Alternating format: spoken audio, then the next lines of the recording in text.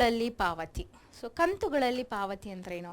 ಇನ್ಸ್ಟಾಲ್ಮೆಂಟಲ್ಲಿ ನಾವು ಪೇ ಮಾಡಿಕೊಂಡು ಹೋಗುವಂಥದ್ದನ್ನ ನಾವು ಕಂತುಗಳಲ್ಲಿ ಪಾವತಿ ಅಂತ ಹೇಳ್ತೀವಿ. ಸೊ ಇದರರ್ಥ ವಿಮೋಚನೆಯನ್ನು ವಾರ್ಷಿಕ ಕಂತುಗಳಲ್ಲಿ ಮಾಡಲಾಗುತ್ತದೆ ಅದನ್ನು ನಾವಿಲ್ಲಿ ತಿಳ್ಕೊಳ್ಬೇಕಾಗತ್ತೆ. ಅದೇ ರೀತಿ ಡಿಬೆಂಚರ್ಗಳ ಒಟ್ಟು ಮೊತ್ತವನ್ನು ಅದು ಬಾಳಿಕೆ ಬರುವ ವರ್ಷಗಳ ಸಂಖ್ಯೆಯಿಂದ ಭಾಗಿಸುವ ಮೂಲಕ ಕಂತುಗಳ ಮೊತ್ತವನ್ನು ನಾವು ನಿರ್ಧರಿಸಲಾಗುತ್ತದೆ.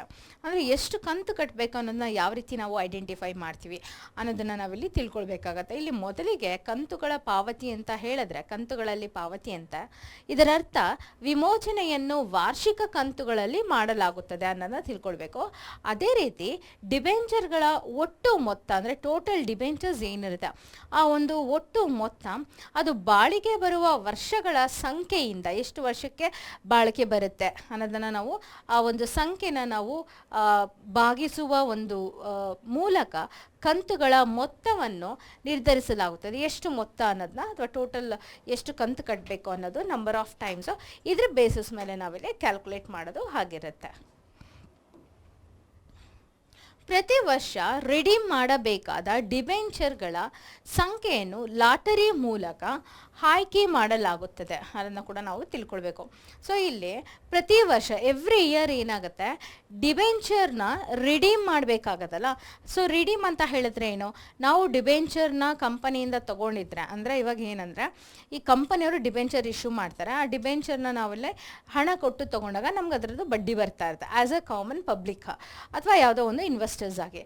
ಆದರೆ ಕಂಪನಿ ಅಂತ ನಾವು ಅಸಂಪ್ಷನ್ ಮಾಡಿಕೊಂಡ್ರೆ ಡಿಬೆಂಚರ್ ಹೋಲ್ಡರ್ಸ್ ಹತ್ರದಿಂದ ನಾವು ದುಡ್ಡು ಇಸ್ಕೊಂಡಾಗ ಅವ್ರಿಗೆ ರಿಟರ್ನ್ ನಾವು ಅಮೌಂಟ್ ಕೊಡೋದೇನಿರುತ್ತೆ ಅಲಾಂಗ್ ವಿತ್ ಇಂಟ್ರೆಸ್ಟ್ ಅಮೌಂಟ್ ಅಥವಾ ಬಡ್ಡಿ ಅಂತ ಏನು ಹೇಳ್ತೀವಿ ಅದನ್ನು ನಾವು ರೆಡೀಮ್ ಅಂತ ಹೇಳ್ತೀವಿ. ಸೊ ಆಫ್ಟರ್ ಸ್ಪೆಸಿಫೈಡ್ ಟೈಮ್ ನಾವೇನು ಅವ್ರಿಗೆ ಅಮೌಂಟ್ ತೊಗೊಂಡಿರ್ತೀವಿ ಅದನ್ನು ನಾವು ರಿಟರ್ನ್ ಮಾಡೋದಾಗಿರುತ್ತೆ. ಸೊ ಹಾಗಾಗಿ ರಿಡೀಮ್ ಮಾಡಬೇಕಾದ ಡಿಬೆಂಚರ್ಗಳ ಸಂಖ್ಯೆಯನ್ನು ಲಾಟರಿ ಮೂಲಕ ಆಯ್ಕೆ ಮಾಡಲಾಗುತ್ತದೆ ಅದನ್ನಲ್ಲಿ ಅರ್ಥ ಮಾಡ್ಕೊಳ್ಬೇಕು.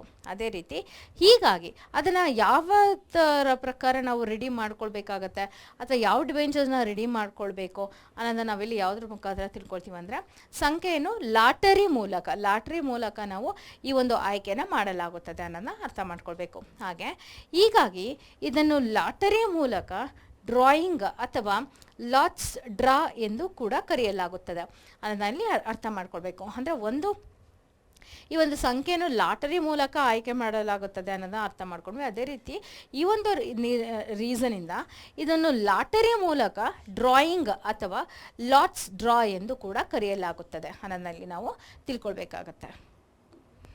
ಹಾಗೆ ಮುಕ್ತ ಮಾರುಕಟ್ಟೆಯಲ್ಲಿ ಖರೀದಿ ಅಂತ ಹೇಳಿದಾಗ, ಅಂದರೆ ಮುಕ್ತ ಮಾರುಕಟ್ಟೆಯಲ್ಲಿ ಖರೀದಿ ಅಂತ ಹೇಳಿದಾಗ ಕಂಪನಿಯು ತನ್ನ ಆರ್ಟಿಕಲ್ಸ್ ಆಫ್ ಅಸೋಸಿಯೇಷನ್ ಮೂಲಕ, ಅಂದರೆ ನಮಗೆಲ್ಲ ಗೊತ್ತಿರೋಕ್ಕೆ ಯಾವುದೋ ಒಂದು ಕಂಪನಿ ಆಗಿರ್ಬೋದು, ಕಂಪನಿ ಸ್ಟಾರ್ಟ್ ಮಾಡ್ತಾ ಇದ್ದಾರೆ ಅಂತ ಹೇಳಿದ್ರೆ ನಾವು ಅದಕ್ಕೆ ಬೇಕಾಗಿರೋಂಥ ಕೆಲವೊಂದು ಇಂಪಾರ್ಟೆಂಟ್ ಡಾಕ್ಯುಮೆಂಟ್ಸ್ನ ನಾವು ಅರೇಂಜ್ ಮಾಡ್ಕೊಳ್ಬೇಕಾಗತ್ತೆ. ಅದೇ ಇಂಪಾರ್ಟೆಂಟ್ ಡಾಕ್ಯುಮೆಂಟ್ಸ್ ಅಂತ ಹೇಳಿದ್ರೆ ನಾವು ಇವಾಗ ಮೆಮೊರೆಂಡಮ್ ಆಫ್ ಅಸೋಸಿಯೇಷನ್ ಆಗಿರ್ಬೋದು, ಆರ್ಟಿಕಲ್ಸ್ ಆಫ್ ಅಸೋಸಿಯೇಷನ್ ಆಗಿರ್ಬೋದು, ಅಥವಾ ಅಕ್ಸೆಪ್ಟೆನ್ಸ್ ಲೆಟರ್ ಆಗಿರ್ಬೋದು, ಇನ್ನೂ ಹಲವಾರು ಡಾಕ್ಯುಮೆಂಟ್ಸ್ನ ನಾವು ರಿಜಿಸ್ಟರ್ಗೆ ತಲುಪಿಸ್ಬೇಕಾಗತ್ತೆ. ಸೊ ಆ ಒಂದು ನಿಟ್ಟಿನಲ್ಲಿ ನಾವು ಮುಕ್ತ ಮಾರುಕಟ್ಟೆಯಲ್ಲಿ ಖರೀದಿ ಅಂತ ಹೇಳಿದಾಗ ಕಂಪನಿಯು ತನ್ನ ಆರ್ಟಿಕಲ್ಸ್ ಆಫ್ ಅಸೋಸಿಯೇಷನ್ ಅಂತ ಏನು ಹೇಳ್ತೀವಿ ಆ ಆರ್ಟಿಕಲ್ಸ್ ಆಫ್ ಅಸೋಸಿಯೇಷನ್ ಮೂಲಕ ಅಧಿಕೃತಗೊಳಿಸಿದರೆ ಮುಕ್ತ ಮಾರುಕಟ್ಟೆಯಲ್ಲಿ ತನ್ನದೇ ಆದ ಸಾಲಪತ್ರವನ್ನು ಖರೀದಿಸಬಹುದು. ಸೊ ಆರ್ಟಿಕಲ್ಸ್ ಆಫ್ ಅಸೋಸಿಯೇಷನಲ್ಲಿ ಮೆನ್ಷನ್ ಆಗಿದ್ರೆ, ಸೊ ಅದರ ಮೂಲಕ ಬಂದು ಅಧಿಕೃತಗೊಳಿಸಿದರೆ ಮಾತ್ರ ನಾವು ಮುಕ್ತ ಮಾರುಕಟ್ಟೆಯಲ್ಲಿ ತನ್ನದೇ ಆದ ಒಂದು ಸಾಲಪತ್ರವನ್ನು ಖರೀದಿಸಬಹುದು ಅನ್ನೋದಲ್ಲಿ ತಿಳ್ಕೊಳ್ಬೇಕಾಗತ್ತೆ.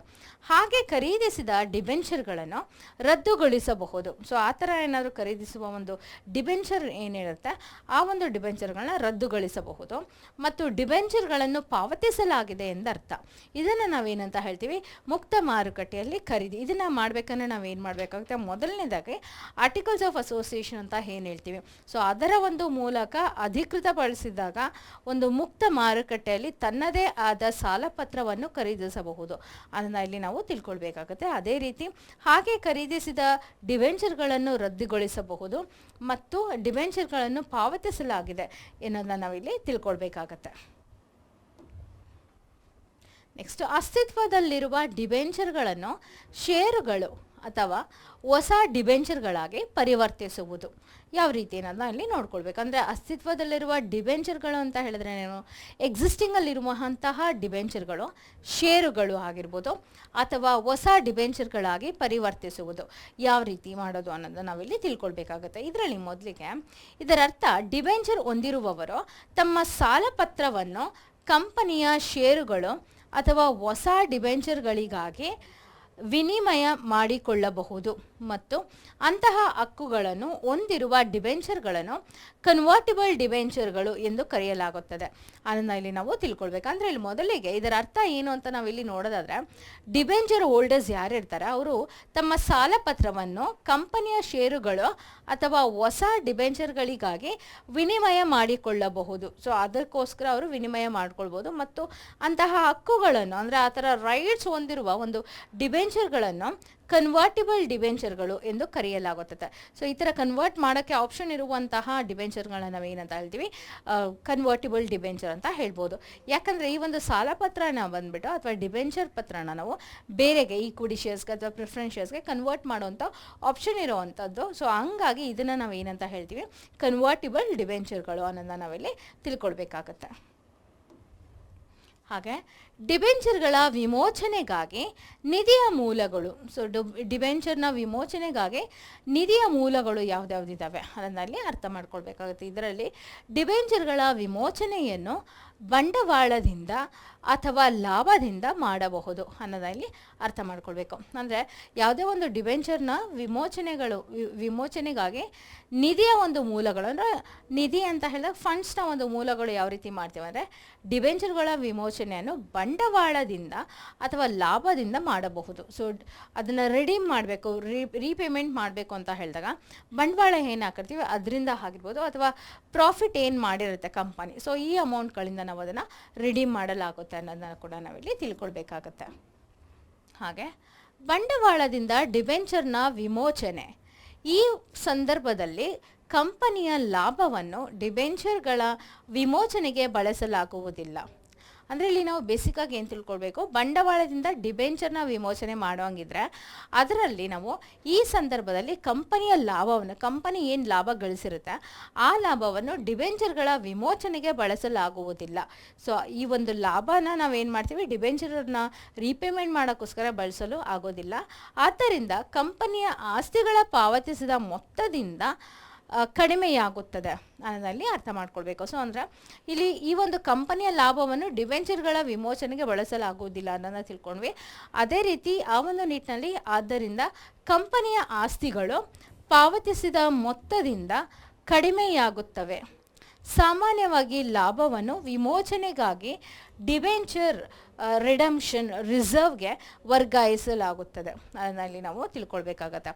ಅಂದರೆ ಇಲ್ಲಿ ಜನರಲ್ ಆಗಿ ಇಲ್ಲೇನು ಲಾಭ ಅನ್ನೋದಿರುತ್ತೆ, ಲಾಭವನ್ನು ವಿಮೋಚನೆಗಾಗಿ ಡಿಬೆಂಚರ್ ರಿಡಂಪ್ಷನ್ ರಿಸರ್ವ್ಗೆ ವರ್ಗಾಯಿಸಲಾಗುತ್ತದೆ ಅನ್ನೋದಲ್ಲಿ ನಾವು ಅರ್ಥ ಮಾಡ್ಕೊಳ್ಬೇಕಂದ್ರೆ ಒಟ್ಟಾರೆ ಬಂಡವಾಳದಿಂದ ಡಿಬೆಂಚರ್ನ ವಿಮೋಚನೆ ಅಂತ ಹೇಳಿದಾಗ ಈ ಒಂದು ಸಂದರ್ಭದಲ್ಲಿ ಕಂಪನಿಯ ಲಾಭವನ್ನು ಡಿಬೆಂಚರ್ಗಳ ವಿಮೋಚನೆಗೆ ಬಳಸಲಾಗುವುದಿಲ್ಲ. ಆದ್ದರಿಂದ ಕಂಪನಿಯ ಆಸ್ತಿಗಳು ಪಾವತಿಸಿದ ಮೊತ್ತದಿಂದ ಕಡಿಮೆಯಾಗುತ್ತವೆ. ಸಾಮಾನ್ಯವಾಗಿ ಲಾಭವನ್ನು ವಿಮೋಚನೆಗಾಗಿ ಡಿಬೆಂಚರ್ ರಿಡಂಪ್ಷನ್ ರಿಸರ್ವ್ಗೆ ವರ್ಗಾಯಿಸಲಾಗುತ್ತದೆ ಅನ್ನೋದನ್ನ ಇಲ್ಲಿ ನಾವು ತಿಳ್ಕೊಳ್ಬೇಕಾಗತ್ತೆ.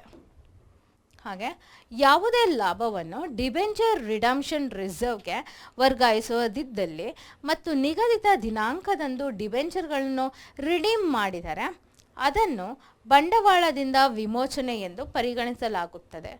ಫೈನ್. ಅಂದರೆ ಇಲ್ಲಿ ಯಾವುದೇ ಒಂದು ಲಾಭವನ್ನು, ಪ್ರಾಫಿಟ್ನ ಡಿಬೆಂಚರ್ ರಿಡಂಪ್ಷನ್ ಅಂತ ಏನು ಹೇಳ್ತೀವಿ, ಈ ಒಂದು ಡಿಬೆಂಚರ್ ರಿಡಂಪ್ಷನ್ನ ರಿಸರ್ವ್ಗೆ ವರ್ಗಾಯಿಸದಿದ್ದಲ್ಲಿ, ಅದನ್ನು ಟ್ರಾನ್ಸ್ಫರ್ ಮಾಡದೇ ಇದ್ದಾಗ ಮತ್ತು ನಿಗದಿತ ದಿನಾಂಕದಂದು, ಸ್ಪೆಸಿಫೈಡ್ ದಿನಾಂಕದಂದು ಡಿಬೆಂಚರ್ಗಳನ್ನು ರಿಡೀಮ್ ಮಾಡಿದರೆ ಅದನ್ನು ಬಂಡವಾಳದಿಂದ ವಿಮೋಚನೆ ಎಂದು ಪರಿಗಣಿಸಲಾಗುತ್ತದೆ ಅನ್ನೋದನ್ನ ಇಲ್ಲಿ ಅರ್ಥ ಮಾಡ್ಕೊಳ್ಬೇಕು. ಆದಾಗ್ಯೂ ಡಿಬೆಂಚರ್ಗಳನ್ನು ರಿಡೀಮ್ ಮಾಡಲು ಕಂಪನಿಯು ಸಾಕಷ್ಟು ಹಣವನ್ನು ಹೊಂದಿದೆ ಎಂದು ನಾವು ಭಾವಿಸಲಾಗಿದೆ ಅನ್ನೋದಂತ ಕೂಡ ಇಲ್ಲಿ ತಿಳ್ಕೊಳ್ಬೇಕಾಗತ್ತೆ. ಅಂದರೆ ಇಲ್ಲಿ ಈ ಒಂದು ರೀಸನ್ ಆಗಿಯೂ ಅಂದರೆ ಅದನ್ನು ಬಂಡವಾಳದಿಂದ ವಿಮೋಚನೆ ಎಂದು ನಾವು ಪರಿಗಣಿಸಲಾಗುತ್ತದೆ ಅನ್ನೋದು ಒಂದು ಕಡೆ ಇದ್ದರೆ, ಆದಾಗ್ಯೂ ಸಹ ಡಿಬೆಂಚರ್ಗಳನ್ನು ರಿಡೀಮ್ ಮಾಡಲು ಕಂಪನಿಯು ಸಾಕಷ್ಟು ಹಣವನ್ನು ಹೊಂದಿದೆ ಎಂದು ಭಾವಿಸಲಾಗಿದೆ ಅನ್ನೋದನ್ನ ಇಲ್ಲಿ ಅರ್ಥ ಮಾಡ್ಕೊಳ್ಬೇಕಾಗತ್ತೆ.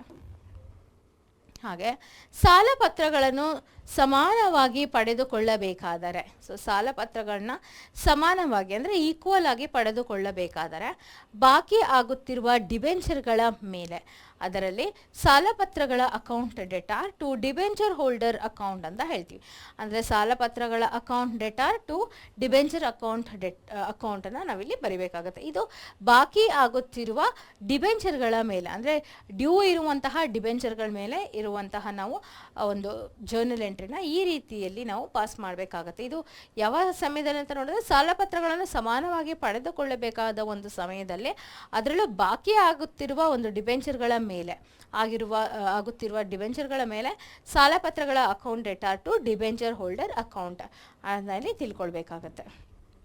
ಹಾಗೆ ನೆಕ್ಸ್ಟು ವಿಮೋಚನೆಯ ಮೇಲೆ ನಾವು ಯಾವ ರೀತಿ ಒಂದು ಟ್ರಾನ್ಸಾಕ್ಷನ್ಸ್ದು ಜರ್ನಲ್ ಎಂಟ್ರೀಸ್ ಪಾಸ್ ಮಾಡಬೇಕಂದ್ರೆ debenture holder account debtor to bank account. So debenture holder account debtor to bank account, ಈ ಒಂದು ಎಂಟ್ರಿನ ನಾವಿಲ್ಲಿ ಪಾಸ್ ಮಾಡತಕ್ಕದ್ದು ಅಂತ ತಿಳ್ಕೊಳ್ಬೋದಾಗಿದೆ.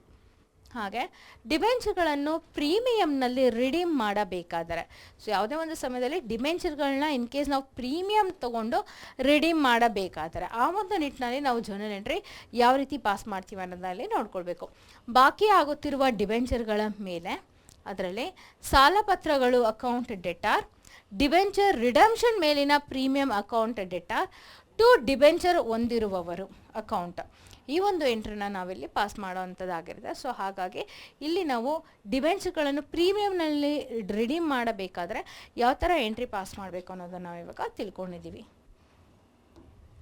ಹಾಗೆ ವಿಮೋಚನೆಯ ಮೇಲೆ ನಾವು ಯಾವ ರೀತಿ ಎಂಟ್ರಿ ಪಾಸ್ ಮಾಡ್ತೀವಿ ಅಂದರೆ ಡಿಬೆಂಚರ್ ಹೋಲ್ಡರ್ ಅಕೌಂಟ್ ಡೆಟಾರ್, ಅಂದರೆ ಡಿಬೆಂಚರ್ ಹೋಲ್ಡರ್ ಅಕೌಂಟ್ನ ನಾವು ಡೆಟಾರ್ ಮಾಡ್ತೀವಿ ಟು ಯಾರ್ ಅಕೌಂಟು, ಬ್ಯಾಂಕ್ ಅಕೌಂಟು ಅನ್ನೋದನ್ನು ನಾವಿಲ್ಲಿ ಎಂಟ್ರಿ ಮಾಡೋವಂಥದ್ದಾಗಿರುತ್ತೆ. ಹಾಗೆ ಲಾಭದಿಂದ ಡಿಬೆಂಚರ್ಗಳ ವಿಮೋಚನೆ ಅಂತ ಹೇಳಿದಾಗ ಇದರಲ್ಲಿ ಲಾಭದಿಂದ ಡಿಬೆಂಚರ್ಗಳ ವಿಮೋಚನೆ ಎಂದರೆ ಡಿಬೆಂಚರ್ ಹೊಂದಿರುವವರಿಗೆ ಮರುಪಾವತಿಗಾಗಿ ಬಳಸಿದ ಮೊತ್ತಕ್ಕೆ ಸಮಾನದ ಮೊತ್ತವನ್ನು ಲಾಭ ಮತ್ತು ನಷ್ಟ ವಿನಿಯೋಗ ಅಕೌಂಟ್ ಇಂದ ಹೊಸದಾಗಿ ತೆರೆಯಲಾದ ಅಕೌಂಟ್ಗೆ ಡಿಬೆಂಚರ್ ರಿಡಂಪ್ಷನ್ ರಿಸರ್ವ್ಸ್ ಅಕೌಂಟ್ಗೆ ವರ್ಗಾಯಿಸಲಾಗುತ್ತದೆ, ಅಂದರೆ DRR ಅಂತ ಹೇಳ್ತೀವಿ. ಹಾಗೆ ಮೀಸಲಿಟ್ಟ ಲಾಭದ ಭಾಗವನ್ನು ವ್ಯಾಪಾರದಲ್ಲಿ ಉಳಿಸಿಕೊಳ್ಳಬಹುದು ಅಥವಾ ಹೂಡಿಕೆ ಮಾಡಬಹುದು ಅದನ್ನು ಕೂಡ ನಾವಿಲ್ಲಿ ತಿಳ್ಕೊಳ್ಬೇಕಾಗತ್ತೆ. ಲಾಭದಿಂದ ಡಿಬೆಂಚರ್ಗಳ ವಿಮೋಚನೆ ಅಂತ ಹೇಳಿದಾಗ ಇದರಲ್ಲಿ ಲಾಭದಿಂದ ಡಿಬೆಂಚರ್ಗಳ ಒಂದು ವಿಮೋಚನೆ ಎಂದರೆ ಡಿಬೆಂಚರ್ ಹೊಂದಿರುವವರಿಗೆ, ಡಿಬೆಂಚರ್ ಹೋಲ್ಡರ್ಸ್ ಯಾರು ಇರ್ತಾರೆ ಆ ಡಿಬೆಂಚರ್ ಹೊಂದಿರುವವರಿಗೆ ಮರುಪಾವತಿಗಾಗಿ ಅಂದರೆ ರೀಪೇಮೆಂಟ್ಗಾಗಿ ಬಳಸಿದ ಮೊತ್ತಕ್ಕೆ ಸಮಾನವಾದ ಮೊತ್ತವನ್ನು ಲಾಭ ಮತ್ತು ನಷ್ಟ ವಿನಿಯೋಗ ಅಕೌಂಟ್ ಇಂದ ಹೊಸದಾಗಿ ತೆರೆಯಲಾದ ಅಕೌಂಟ್ಗೆ ಡಿಬೆಂಚರ್ ರಿಡಂಪ್ಷನ್ನ ರಿಸರ್ವ್ ಅಕೌಂಟ್ಗೆ ವರ್ಗಾಯಿಸಲಾಗುತ್ತದೆ. ಅಂದರೆ ಆ ಅಕೌಂಟಿಂದ ಈ ಅಕೌಂಟ್ಗೆ ಟ್ರಾನ್ಸ್ಫರ್ ಆಗುವಂಥದ್ದು ಅದನ್ನು ನಾವು DRR ಅಂತ ಹೇಳ್ತೀವಿ. ಅಂದರೆ ಮೀಸಲಿಟ್ಟ ಲಾಭದ ಅದಕ್ಕಂತ ರಿಸರ್ವೇಷನ್ ಮಾಡಿರುವಂಥ ಲಾಭದ ಭಾಗವನ್ನು ವ್ಯಾಪಾರದಲ್ಲಿ ಉಳಿಸಿಕೊಳ್ಳಬಹುದು ಅಥವಾ ಹೂಡಿಕೆ ಮಾಡಬಹುದು ಅದನ್ನು ಕೂಡ ನಾವಿಲ್ಲಿ ಅರ್ಥ ಮಾಡ್ಕೊಳ್ಬೇಕಾಗತ್ತೆ. ಹಾಗೆ ಕಂಪನಿಗಳ ಕಾಯ್ದೆ ತಿದ್ದುಪಡಿ ಅಂತ ಏನು ಹೇಳ್ತೀವಿ 2000 ಈ ಕೆಳಗಿನಂತೆ ಒದಗಿಸುವ ವಿಭಾಗವನ್ನು ಪರಿಚಯಿಸಿದೆ ಅದನ್ನು ಕೂಡ ಇಲ್ಲಿ ತಿಳ್ಕೊಳ್ಬೋದು. ಅದರಲ್ಲಿ ಈ ಕಾಯ್ದೆಯ ಪ್ರಾರಂಭದ ನಂತರ ಕಂಪನಿಯು ನೀಡಿದ ಡಿಬೆಂಚರ್ಗಳು ಅಂತಹ ಡಿಬೆಂಚರ್ಗಳ ವಿಮೋಚನೆಗಾಗಿ DRR ಅನ್ನು ರಚಿಸಬೇಕು. ಅಂತಹ ಡಿಬೆಂಚರ್ಗಳನ್ನು ರಿಡೀಮ್ ಮಾಡುವವರೆಗೆ ಪ್ರತಿ ವರ್ಷ ಅದರ ಲಾಭದಿಂದ ಸಾಕಷ್ಟು ಮೊತ್ತವನ್ನು ಕ್ರೆಡಿಟ್ ಮಾಡಲಾಗುತ್ತದೆ ಅನ್ನೋದನ್ನ ಇಲ್ಲಿ ನಾವು ತಿಳ್ಕೊಳ್ಬೇಕಾಗತ್ತೆ. ಅಂದರೆ ಈಗ ಒಂದು ಕಂಪನಿಗಳ ಕಾಯ್ದೆ, ಕಂಪನೀಸ್ ಒಂದು ಕಾಯ್ದೆ ಏನಿದೆ ತಿದ್ದುಪಡಿ, ಓಕೆ, ಅದನ್ನು ನಾವೇನಂತ ಹೇಳ್ತೀವಿ ಅದ್ರ 2000 ಪ್ರಕಾರ ಈ ಒಂದು ಕೆಳಗಿನಂತೆ ಒದಗಿಸುವ ವಿಭಾಗವನ್ನು ಪರಿಚಯಿಸಿದೆ ಅನ್ನೋದನ್ನ ಇಲ್ಲಿ ಅರ್ಥ ಮಾಡ್ಕೊಳ್ಬೇಕು. ಇದರಲ್ಲಿ ಈ ಕಾಯ್ದೆಯ ಪ್ರಾರಂಭದ ನಂತರ ಕಂಪನಿಯು ನೀಡಿದ ಡಿಬೆಂಚರ್ಗಳು ಅಂತಹ ಡಿಬೆಂಚರ್ಗಳ ವಿಮೋಚನೆಗಾಗಿ DRR ಅನ್ನು ರಚಿಸಬೇಕು. ಅಂತಹ ಡಿಬೆಂಚರ್ಗಳನ್ನು ರಿಡೀಮ್ ಮಾಡುವವರೆಗೆ ಪ್ರತಿ ವರ್ಷ ಅದರ ಲಾಭದಿಂದ ಸಾಕಷ್ಟು ಮೊತ್ತವನ್ನು ಕ್ರೆಡಿಟ್ ಮಾಡಲಾಗುತ್ತದೆ ಅದನ್ನು ಕೂಡ ನಾವಿಲ್ಲಿ ತಿಳ್ಕೊಳ್ಬೇಕಾಗತ್ತೆ. ಹಾಗೆ DRRಗೆ ಜಮಾ ಮಾಡಲಾದ ಮೊತ್ತವನ್ನು ಕಂಪನಿಯು ಡಿವೆಂಚರ್ಗಳ ವಿಮೋಚನೆಯ ಉದ್ದೇಶಕ್ಕಾಗಿ ಬಳಸುವುದಿಲ್ಲ ಅನ್ನೋದನ್ನ ಇಲ್ಲಿ ತಿಳ್ಕೊಳ್ಬೇಕಾಗುತ್ತೆ. ಅಂದರೆ DRRಗೆ ಏನು ಜಮಾ ಮಾಡಲಾದ ಮೊತ್ತ ಇರುತ್ತಲ್ಲ, ಅಮೌಂಟ್, ಅದರ ಒಂದು ಕಂಪನಿಯು ಡಿಬೆಂಚರ್ಗಳ ವಿಮೋಚನೆಯ ಒಂದು ಉದ್ದೇಶಕ್ಕಾಗಿ, ಈ ಒಂದು ಪರ್ಪಸ್ಗೋಸ್ಕರ ಅವರು ಇದನ್ನು ಬಳಸುವುದಿಲ್ಲ ಅನ್ನೋದನ್ನ ಕೂಡ ನಾವಿಲ್ಲಿ ತಿಳ್ಕೊಳ್ಬೇಕಾಗಂಥದ್ದು ಆಗಿರುತ್ತೆ.